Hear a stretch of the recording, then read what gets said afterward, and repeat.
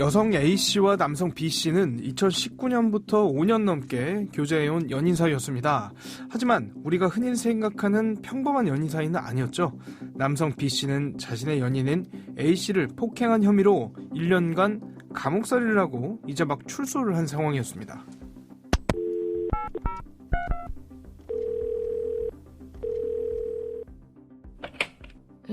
여보세요? 난데 듣고 있어? 여기 좀 와줄 수 있어? 미안. 어려울 것 같아. 나 진짜 달라졌어. 옛날에 내가 아니라고. 아니, 나 진짜... 나 이제 너 안 때린다니까? 이제는 달라지겠다는 말, A씨가 B씨를 사귀면서 수백 번도 더 들었던 이야기였습니다. 더 이상 연을 이어가고 싶지 않았지만 남자친구였던 B씨는 너무나도 집요했죠. 혹여 가족들에게 해가 될까 A씨는 결국 B씨를 만날 수밖에 없었습니다. 하지만 내가 이런 거 싫어한다고 했어? 안 했어? 안 때린다며? 그랬지. 그런데 너가 안 도와주잖아. 아니야? 그렇게 또다시 반복된 폭력, 여성 A씨는 영원히 이 굴레에서 벗어날 수 없을 것 같은 공포감을 느꼈다고 하죠. 그리고 그 공포감은 결국 절대 벌어져선 안 될 끔찍한 비극으로 발전하고야 맙니다. 내가 안 죽으려면 이 방법밖에 없어서. 도대체 무슨 일이 벌어졌던 걸까요? 해당 사건은 교제폭력에서의 정당방위 논쟁으로까지 이어졌는데요. 오늘 사건 엑스파일에서 이 문제 자세히 짚어보겠습니다.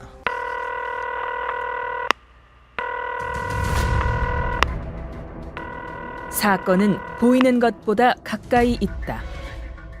이원화 변호사의 사건 엑스파일. 안녕하세요. 사건 엑스파일 이원화입니다. 오늘도 로엘 법무법인 이뭉준 변호사와 함께합니다. 변호사님 어서 오세요. 안녕하세요. 로엘 법무법인의 이뭉준 변호사입니다. 교제폭력이라는 게 사귀는 친밀한 사이에서 일어나는 폭력을 말하는 건데 연인 사이이기 때문에 처벌은커녕 제대로 신고도 못하고 계속해서 이 폭력이 노출되는 경우가 굉장히 많잖아요. 네, 맞습니다. 과거에는 데이트 폭력을 폭력 자체로 인식하지 못하고 가볍게 다뤄지는 경우가 많았고 당사자 역시 남녀 모두 상당수가 주변에 알리거나 적극적으로 대응하지 않고 대수롭지 않게 넘어간 경우가 많았습니다. 어쨌든 2010년대 후반 들어 데이트 폭력 역시 중요 폭력으로 인식하는 분위기가 한국 사회 내에서도 강해졌습니다. 네, 여성이 됐든 남성이 됐든 연인이 폭력을 행사할 때 내가 이거 맞겠다고 방어 목적으로 때리는 경우도 있는데 이게 또 쌍방폭행이 돼서 함께 기록이 남는 경우도 제법 많죠. 네, 쌍방폭행이 법적인 용어는 아니나 사회 일반에서 흔히 쓰곤 하죠.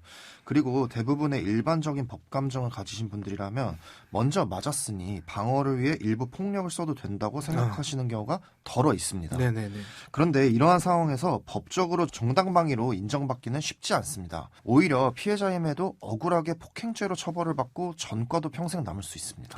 오늘 살펴볼 이 사건 같은 경우 교제폭력이 시달리던 피해자가 가해자가 되어버린 그런 사건이죠. 어떤 일이 있었던 건가요? 네, 이 사건 주인공 여성 A씨는 초등학생 때 어머니가 아버지의 가정폭력을 피해 집을 나갔다고 하고요. 본인도 10대 때부터 술에 의존했다고 합니다. A씨는 고등학교를 졸업한 뒤 반도체 공장에서 일을 시작했지만 일을 지속하기는 어려웠고요. 결국 2019년 노래방 도우미로 일하다 손님으로 온 남성 B씨와 교제하게 됩니다. 그런데 B씨가 술에 취하면 전 남친이랑 좋았냐는 등 과거 남자 이야기를 꺼내며 A씨를 폭행했다고 합니다. 특히 피해 초기인 2019년경부터 2021년경 사이에는 A씨가 B씨의 폭력을 방어하는 과정에서 폭행을 행사했다는 이유로 쌍방폭행 혐의로 입건된 적도 있습니다. 알려진 바에 따르면 이 여성이 살려달라 신고를 할 만큼 폭력의 정도가 굉장히 심했던 모양이더라고요. 네, A씨는 2019년 7월부터 2023년 5월까지 112 신고, 고소 등을 통해 모두 31차례나 경찰에 피해 사실을 알렸습니다. 폭행의 정도가 심해지던 2022년경에는 B씨가 A씨의 목에 칼을 들이댄 채 때리고 담뱃불로 A씨의 몸을 지진 적도 있다고 합니다. 네. 뿐만 아니라 B씨가 A씨의 얼굴을 집중적으로 때려 A씨는 안화골절로 인해 시력이 감퇴되기도 했습니다. 네. 물론 제가 말씀드린 31차례의 피해 호소에 수사기관이나 사법부가 묵묵부답이었던 것은 아니고요. B씨는 2023년경에 A씨에 대한 교제폭력으로 특수상해 등의 혐의가 적용되어 징역 1년의 실형을 선고받고 복역하기도 했습니다. 사실 실형을 선고받고 1년을 살 정도면은 진짜 심했던 거죠? 그쵸. 데이트 폭력으로 바로 실형을 선고받아 복역했다? 그 정도면 경미하다고는 절대 볼 수 없습니다. 네. 그런데 문제는 그 이유입니다. B씨가 출소한 지 일주일째 되는 날 A씨에게 연락하여 정말 때리지 않는다며 집으로 와달라 애원한 것입니다. A씨는 B씨의 요청을 거부하면 찾아와 난동을 피울 것 같아 무섭기도 했고요. 또 B씨가 감옥에 있는 동안 수차례 사과 편지를 보냈기에 B씨를 믿고 집으로 찾아가게 됩니다. 네. 당연히 예상하셨겠지만 B씨의 폭력 수위는 한층 강해졌습니다. B씨는 너 때문에 감옥에 왔다 라고 하며 A씨의 목을 졸랐고요. 주먹으로 얼굴을 때려 A씨의 턱 부위가 찢어지기도 했습니다. A씨는 도망가고 싶었지만 휴대전화도 뺏겼고 주변에 논밭밖에 보이지 않았기 때문에 집 밖을 서성이다 당하시 집 안으로 들어갑니다. 그때 안방문 틈새로 B씨가 자는 모습이 보였고 A씨는 한 가지 결심을 하게 됩니다. 무슨 일이 벌어졌던 거죠? 네, A씨는 B씨가 자고 있던 집에 있는 이불에 라이터로 불을 붙였습니다. 불은 주택 전체로 번졌고 A씨는 B씨의 집이 전소하여 불이 완전히 꺼질 때까지 이를 지켜볼 수밖에 없었습니다. 그럼 이 남성은 그러면 네, 당연히 B씨는 불에 타 죽었습니다. 네. A씨는 현주 건조물 방화치사 혐의로 1심에서 징역 12년을 선고받았고요. 네. 이에 A씨와 검찰 모두 항소하였습니다. 항소심 재판부는 일부 A씨의 주장을 받아들여 형을 징역 10년으로 감형했습니다. 네. 구체적으로 항소심 재판부는 A씨의 범행이 정당방위에는 해당하지 않지만 장기간의 교제폭력으로 인한 불안정한 정신상태에서 범행에 이르게 된 점을 고려하였습니다. 또한 A씨가 불이 번진 후 현관 밖으로 나와 화재를 지켜보며 불이 꺼지면 안 되니까 만약 그 불이 꺼졌다면 제가 죽었다라고 진술한 점을 들어 확정적 살해 의도보다는 미필적 고의가 있었다고 판단하기도 하였습니다. 네. 그런데 이 사건이 알려지고 어떤 논의들이 치열하게 오가고 있냐면요. 이 여성의 행동을 정당방위로 볼 수는 없는가 이 부분이거든요.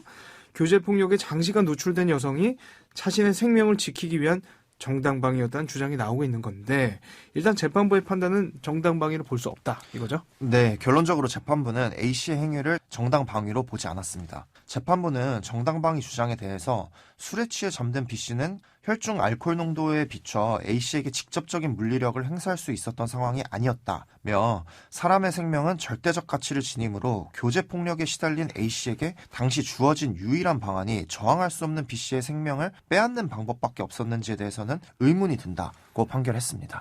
이게 정당방위로 인정받을 수 있는 여지는 혹시 없을지? 글쎄요. 변호사로서 제 답변을 드린다면 정당방위로 인정받기 어렵다가 제 의견일 것 같습니다. 네. 보통 정당방위 요건 중 가장 문제되는 것이 현재성 요건인데요. 현재의 침해란 것은 침해가 당장에 절박해 있든가 또는 아직 계속되고 있는 침해를 말합니다. 따라서 이미 끝나버린 침해는 여기에 포함되지 않죠. 네.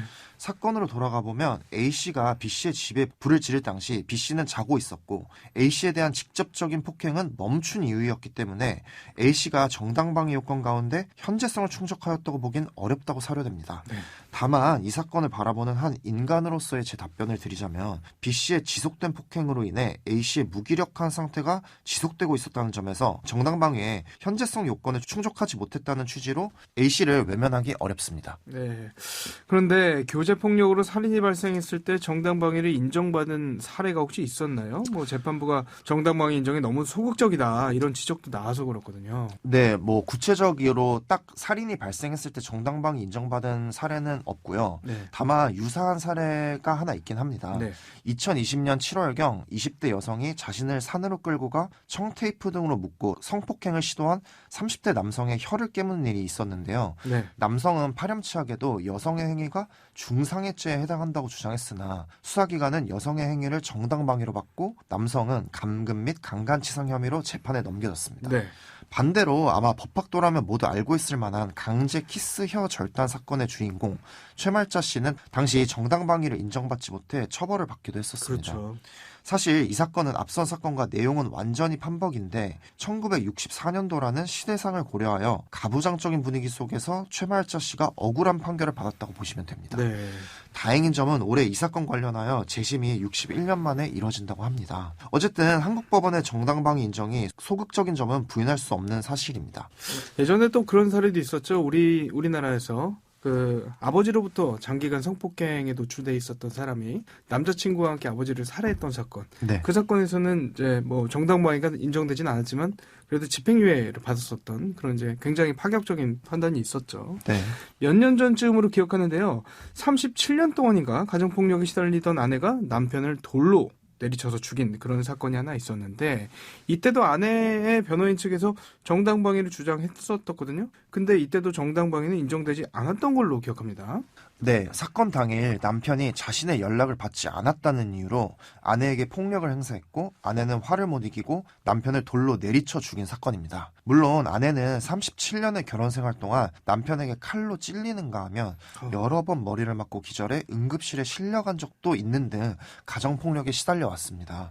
아내의 변호인 측은 그간의 지속적인 가정폭력을 문제 삼으며 정당방위를 주장했지만 법원은 아내의 행위가 사회통념상 정당방위에 해당할 수 없다고 봤습니다. 다만 법원은 사법기관이 중재했다면 아내가 피해자로 인지가 되었을 가능성도 있다며 범행의 동기를 인정하여 참작 동기 살인으로 일반적 살인보다 비교적 짧은 징역 4년을 선고했습니다. 네, 정당방위 말고 과잉방위라는 것도 있죠. 네, 형법 제21조 2항이 과잉방위 규정인데요.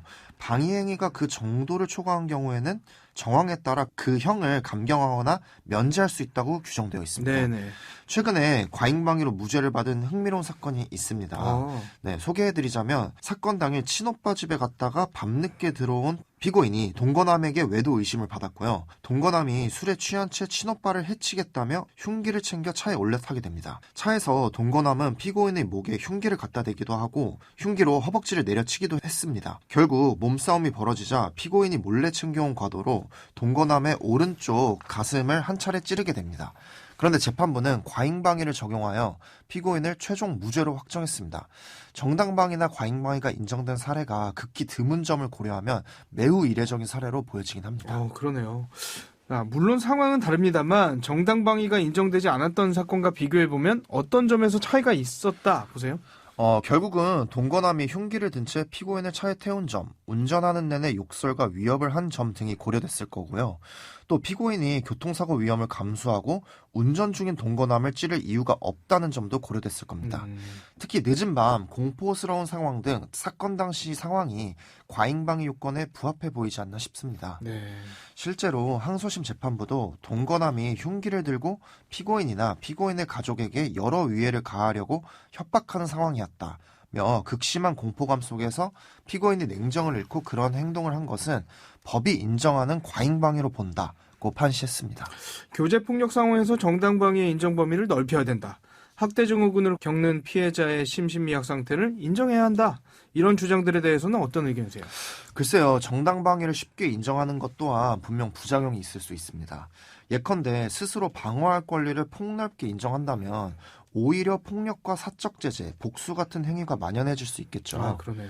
네, 긴 세월의 법학의 역사를 돌이켜보면 국가에게 형벌권을 독점시키는 이유는 어느 정도 납득하실 겁니다. 네. 다만 앞서 말씀드렸듯이 세계적인 추세나 변화하는 사회에 발맞춰 변화는 필요하다고 생각합니다.